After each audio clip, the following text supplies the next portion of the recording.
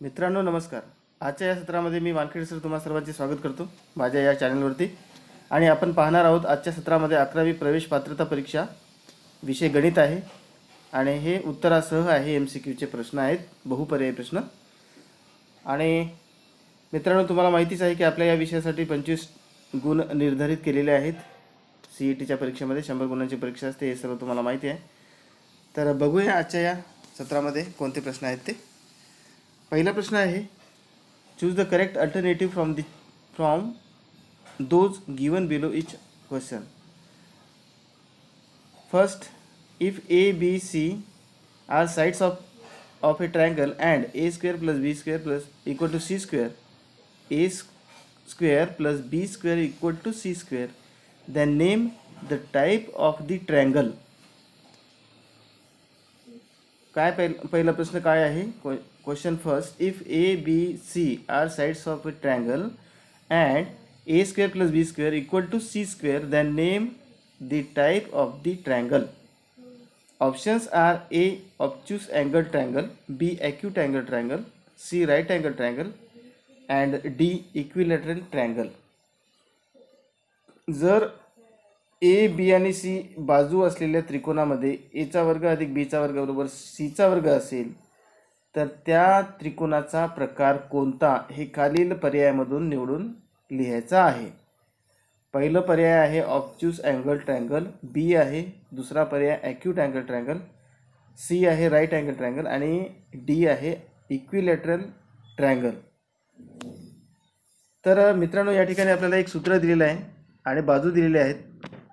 त्यावरून आपल्याला हा त्रिकोणाचा प्रकार कोणता होईल ते कळवायचं सांगायचं आहे.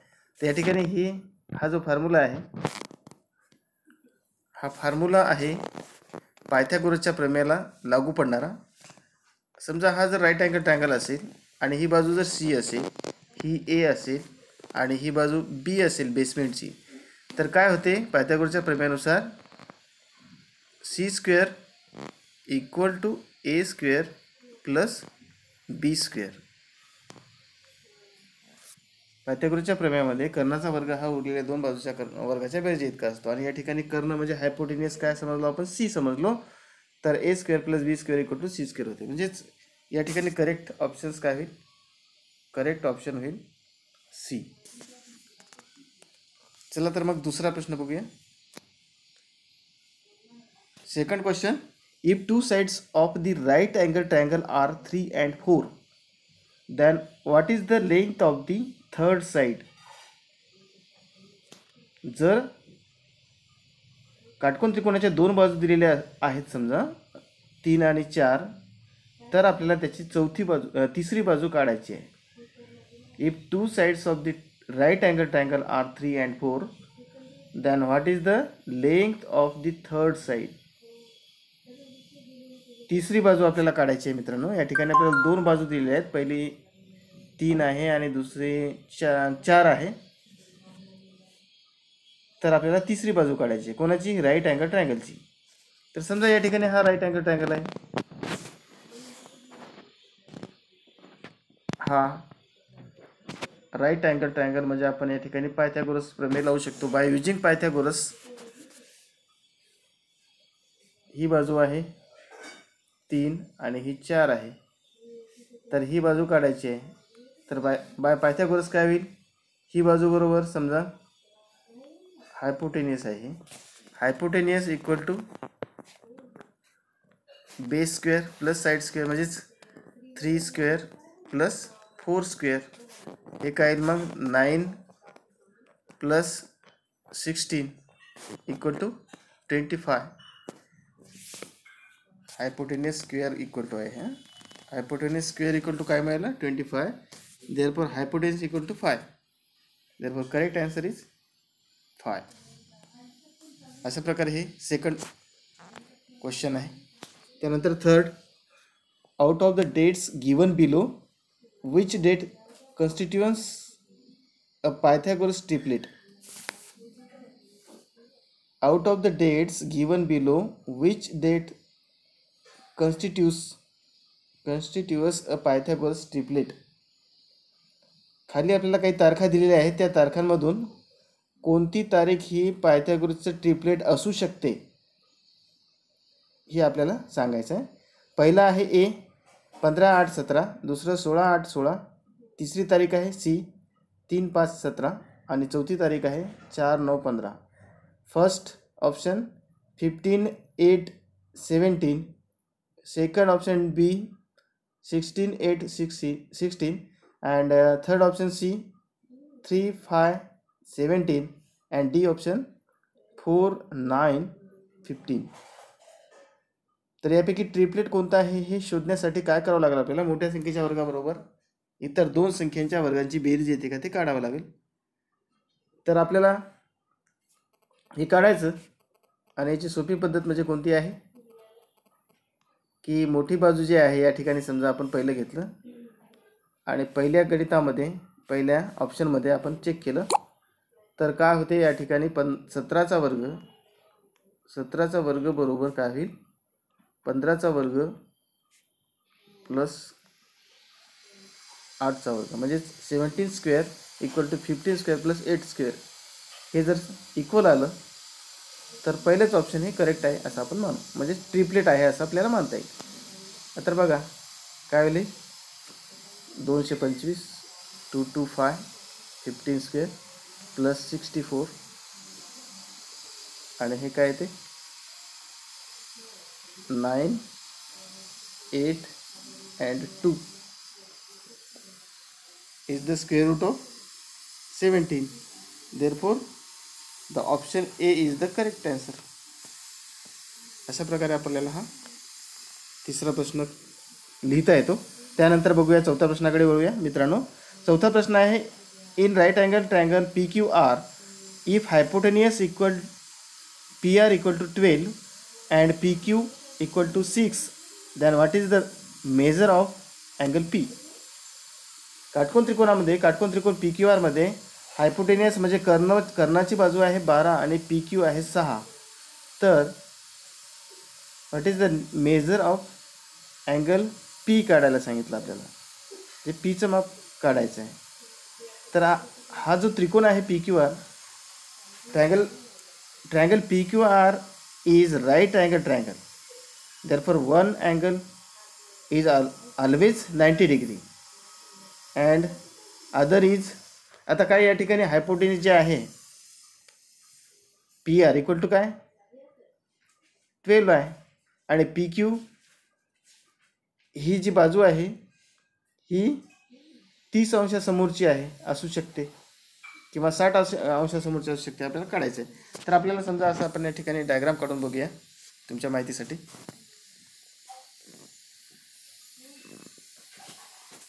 ही आपण या ठिकाणी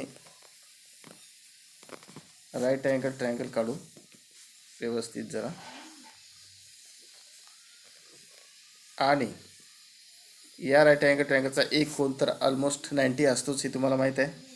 PR हा कर्ण आहे 12चा, ही P बाजू धरू.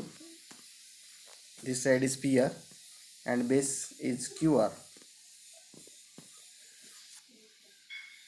आणि कर्णाच्या निम्मे बाजू असणारी कोणती असते 30 अंशाच्या समोरची असते, म्हणून हा 30 मानूया. 6 आहे ही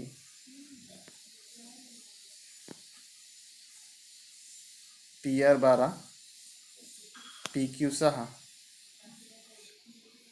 म्हणजे हे 30 येईल. मग या ठिकाणी ही बाजू 30ची आहे, हा कोण 60चा, हा 30चा, म्हणजे हा PQ झाली 6ची बाजू 6 सेंटीमीटर. म्हणजे अशा प्रकारे या ठिकाणी आपल्याला असं गृहीत धरता येते की हा राईट अँगल ट्रायंगल आहे, हा कोन 90चा आहे, ही बाजू 12 आहे आणि PQ ही झाली PQ आणि हा R झाला. तर आपल्याला PR 12 असल्यावर आणि PQ किती आहे 6 आहे, PQ 6 आहे आणि 6 म्हणजे कर्णाच्या निम्मे आहे, half of hypotenuse. Therefore half of hypotenuse ही जी बाजू आहे ही 30 अंशासमोरचीच असू शकते, म्हणून हा कोन 30 अंशाचा. तर उरलेला राहिलेला जो कोन आहे कोन P हा कितीचा असेल मग 60चा, because the sum of all interior angle of triangle is equal to 180 degree. Therefore the correct option is B60. हां, तर अशा प्रकारचा हा चौथा प्रश्न बराच मोठा झाला. पाचवा घेऊया. The diagonal of a square of side 10 cm is equal to a 10 into root 3, B 10 into root 2, C 10 and D 5 root 2. यापैकी आपल्याला करेक्ट ऑप्शन आहे कोणतं ते निवडायचं आहे. एक स्क्वेअर आहे, त्याचा डायगोनल काढायचं आहे. Suppose square and ABCD is a square and AC is diagonal and each side of square equal to 10. Therefore AC square, this is right angle, ABC is right angle triangle, therefore AC square equal to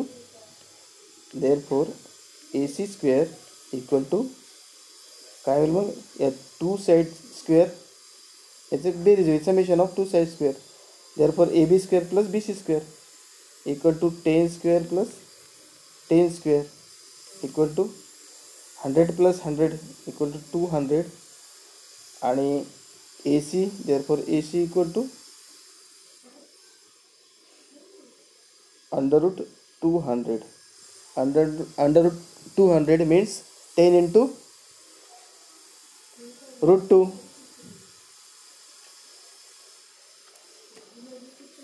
म्हणजेच 100 वर्गमुळात under root 100/2 equal to 200.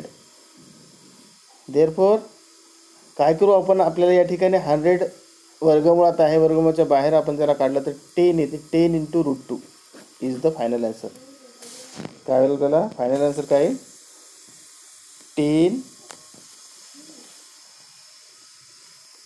10 into root 2 म्हणजेच option बी.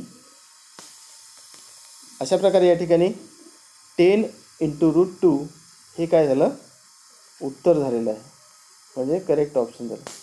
तर अशा प्रकारचा हा पाचवा प्रश्न आहे. त्यानंतर सहावा प्रश्न बघूया. Question number 6. In triangle LMN if LM equal to 10, angle LNM equal to 90 degree and angle LMN equal to 30, then NM equal to question mark है. In triangle LMN, if LM equal to 10 cm and LNM equal to 90 degree and angle LMN equal to 30, then NM question mark. आता या ठिकाणी आपल्याला हा triangle दिलेला आहे कोणता LNM चा. आता आपण काढून बघूया. बघा या ठिकाणी L हा L आहे, हा N आहे आणि हा M पॉईंट आहे व्हर्टेक्स.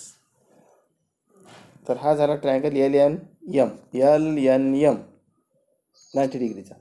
त्यानंतर LM ही बाजू आहे 10 आणि angle LMN equal to 30. LMN हा आहे 30चा 30 अंशाचा कोण आहे हा. आता राहिलेला कोण हा जो आहे L हा आहे होईलच कितीचा 60चा होईल, कारण तिन्ही कोणाच्या मापांची बेरीज किती असते 60 असते. Because the summation of all angle of triangle equal to 180 degree because this is right angle triangle आणि हा फॉर्म्युलाच आहे. म्हणून अशा प्रकारे आपण हा ट्रायंगल काढला LNM 30 60 90चा झाला तो. तर आपल्याला NM ही बाजू विचारलेली आहे. NM 60 अंशासमोरची बाजू होते. NM ही कोणती बाजू होते 60 अंशासमोरची बाजू. आणि तुम्हाला माहित आहे opposite angle of 60 degree the side equal to √3/2 into hypotenuse. काय होते √3/2 इंटू हायपोटेनियस म्हणजेच √3/2 इंटू किती 10 झालं. कार्ती ही बाजू का कोणती होते म्हटलं मी, NM बरोबर काय झालं, √3/2 × 10 म्हणजेच काय होते मग, 2×5 म्हणजे 5 येते, 5√3, 5 × √3 इज द करेक्ट आन्सर. अशा प्रकारचा हा 6वा प्रश्न झाला मित्रांनो. त्यानंतर बघूया 7वा प्रश्न आहे हा, क्वेश्चन नंबर 7. 7वा आहे, out of the following which is the Pythagoras triplet. Yes, या ठिकाणी सुद्धा आपल्याला पायथागोरस ट्रिपलेट विचारलेलं आहे आणि ते तुम्हाला माहीत आहे कसं करतात ते. मोठ्या संख्येच्या बरोबर जर 2 संख्येच्या वर्गांची बेरीज झाली तर ते झालं पायथागोरसचं ट्रिपलेट, म्हणजेच पायथागोरसचं त्रिकूट. या ठिकाणी सर्व किमती ठेवून बघायच्या आणि ज्याच्याबरोबर जी बेरीज येईल दोन्ही बाजू सारख्या येईल, RHS = LHS, तर ते झालं पायथागोरसचं ट्रिपलेट. आणि या ठिकाणी ते होईल 8, 15, 17, म्हणजेच ऑप्शन नंबर 6. त्यानंतर बघूया नेक्स्ट क्वेश्चन.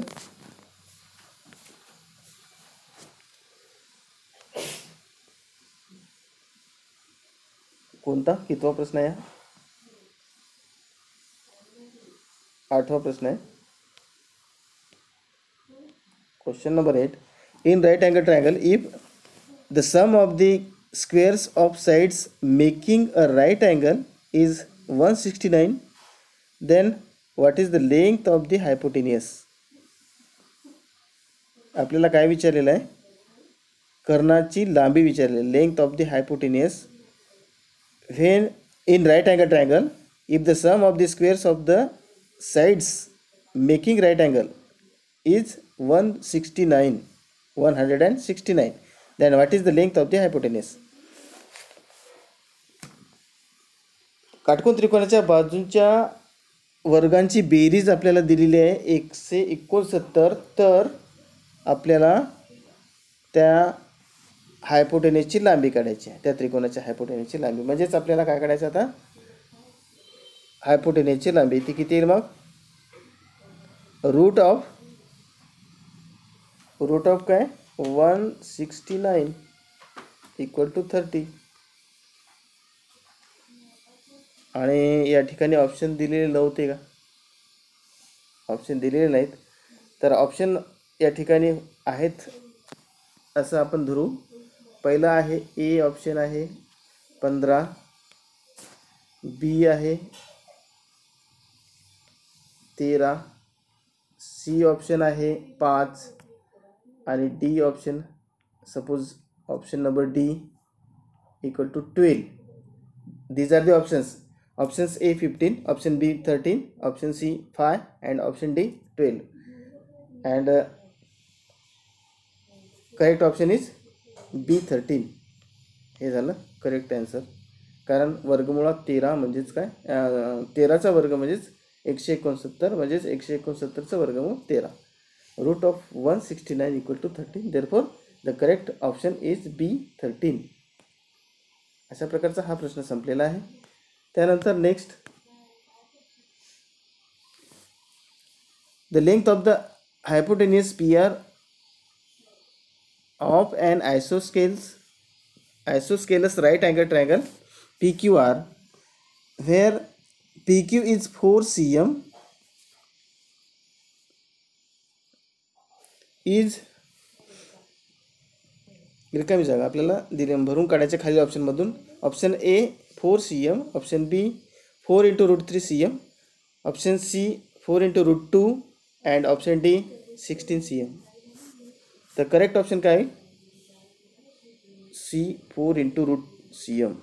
करेक्ट, या ठिकाणी करेक्ट ऑप्शन इज 4 × √cm. त्यानंतरचा प्रश्न आहे, Karthik and Praveen start cycling from point A. Karthik travels due east and Praveen travel due north. After 1 hour, Praveen covers a distance of 12 km, 12 km, 12 kilometre, आणि Karthik covers a distance of 5 km, sorry 5 kilometre. How far they from each other, ते एकमेकापासून किती अंतरावर गेले, किती दूर गेले एकमेकांपासून. काय झालं, कार्तिक आणि प्रवीण सायकलिंग स्टार्ट केली पॉईंट ए पासून. कार्तिक ट्रॅव्हल्स ड्यू ईस्ट, पूर्वेकडे गेला. And Praveen travels due north, तो उत्तरेकडे गेला. After 1 hour Praveen covers a distance of 12 kilometre. एका तासानंतर प्रवीणने 12 किलोमीटर अंतर पार केलं. तर Kartik covers a distance of 5 km, 5 kilometre km. How far are they from each other, तर एकमेकापासून ते किती दूर गेले हे आपल्याला काढायचं आहे. तर किती येईल मग अंतर किती यायचं बघा. आता कार्तिक किती गेला, ए बिंदूपासून दोघे निघाले. एक गेला कोण्या दिशेला, कार्तिक ट्रॅव्हल्स ड्यू ईस्ट, पूर्वेला. किती किलोमीटर, 12 किलोमीटर गेला तो. पॉईंट पी आहे हा, नाही पॉईंट ए पासून गेले दोघे. आणि हा 12 किलोमीटर गेला पूर्वेला. तर त्याच्यानंतर प्रवीण ट्रॅव्हल्स नॉर्थ, म्हणजे उत्तरेला गेला तो प्रवीण. किती गेला तो, 5 किलोमीटर. आणि असं असताना how far they from each other, ते एकमेकापासून पहिल्या जागेपासून किती अंतरावर गेले. समजा पहिला पॉईंट कोणता आहे, एचा. How far are they from each other, एकमेकापासून किती अंतरावर आहेत ते. आपल्याला एअर डिस्टन्स काढायचं आहे. आता एअर डिस्टन्स काढण्यासाठी काय करावं लागतं आपल्याला, त्यांची गेलेली याची टोकं, समजा ज्या ठिकाणी ते पोचले आत्ता त्या ठिकाणचे, त्याला आपण आता हे जे प्रवीण गेला. आता बघा या ठिकाणी एक डायग्राम काढून सांगतो तुम्हाला मी. आता या ठिकाणी ए हा पॉईंट आहे. ए पासून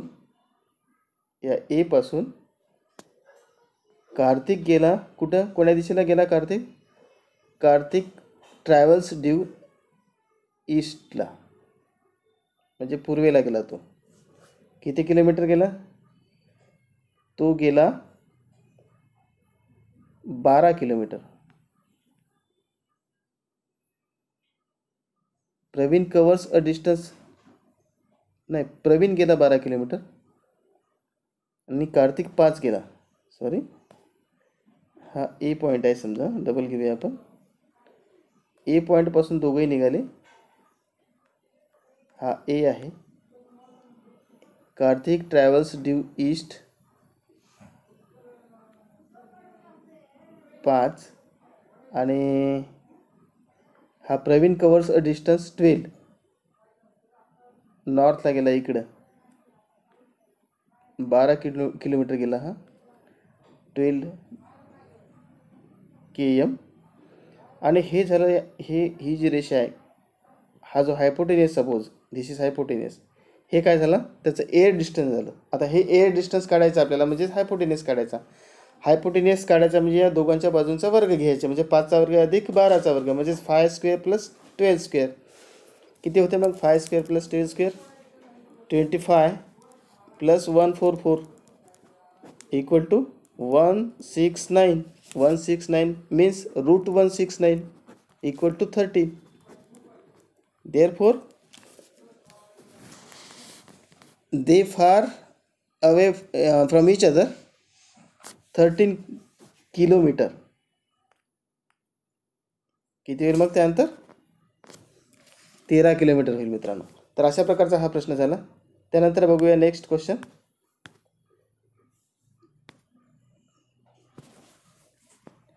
Find the height of an equilateral triangle PQR whose side is 8 cm, ज्याची उंची 8 सेंटीमीटर आहे. अशा इक्विलॅटरल ट्रायंगलचं आपल्याला हाईट काढायची आहे. आणि ती हाईट होईल, या पर्यायामध्ये निवडून काढायचं आपल्याला. पर्याय ए आहे 2 × √3 cm, बी आहे 4 × 8 cm, √8 cm आणि सी आहे 4 × √3 cm आणि डी ऑप्शन आहे 8 × √2 cm. तर करेक्ट ऑप्शन काय होईल मित्रांनो मग या ठिकाणी सी 4 × √3 cm. अशा प्रकारचा हा प्रश्न आपण पाहिला या ठिकाणी. आता शेवटचा प्रश्न बघूया. 2 poles of height 100 meter and 111 meter stand vertically upright on the surface of the leveled ground. If the distance between their bases is 60 meter, what is the distance between their top? दोन pole आहेत खांबाचे, समजा लोखंडी खांब उभे केले आपण, दोन pole, एक 100 मीटरचा आहे आणि दुसरं 111 मीटरचा आहे. ते व्हर्टिकली उभे केले, म्हणजे असे व्हर्टिकली म्हणजे असे उभे केले समजा, as shown in the figure. बघा फिगर पहा या ठिकाणी. हा एक पोल आहे आणि हा दुसरा पोल आहे. हा आहे 111 आणि हा आहे 110 मीटरचा. आता या दोन्ही पोलची खालची साईड जी आहे ग्राउंड लेवल,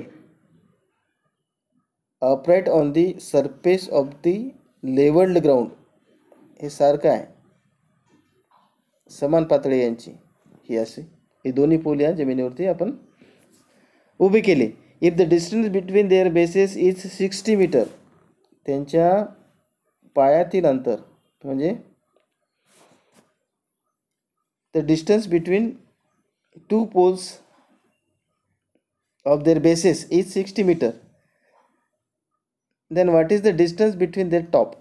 या वरच्याचं अंतर शोधायचं आपल्याला, काढायचं त्याच्या टॉपचं, म्हणजे हे वरचं. तर काय करूया आपण, ही जी लाईन आहे ही लाईन याला पॅरलल एक लाईन अशी काढूया. आता या ठिकाणी हा राईट अँगल ट्रायंगल तयार झाला. हा आता हे अंतर आहे 110, हे याच्या बरोबर, हे आणि हे इक्वल आहे. आता हे राहिलेलं जे डिस्टन्स आहे हे किती होईल मग, हे अंतर होईल 110.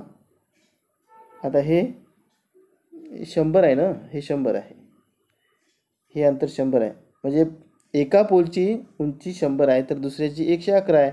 तर याच्यामधून 100 गेली तर हे राहिले किती मग 11, हे अंतर राहिलं 11, हे छोटं. त्रिकोणाची हाईट समजा, suppose height of triangle is 11 and this side is 60. काय करूया मग आपण, हे साईड करायची आपल्याला. तर याला सपोज काहीतरी एक्स नाव देऊ.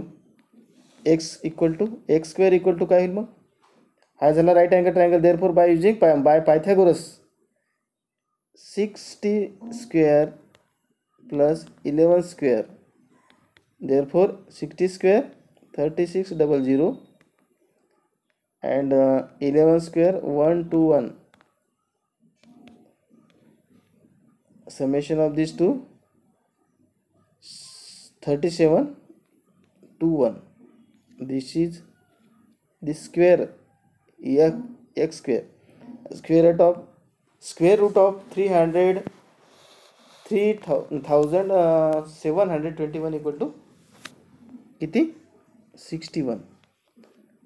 3721चं वर्गमूळ आपल्याला निघते 61. म्हणून या ठिकाणी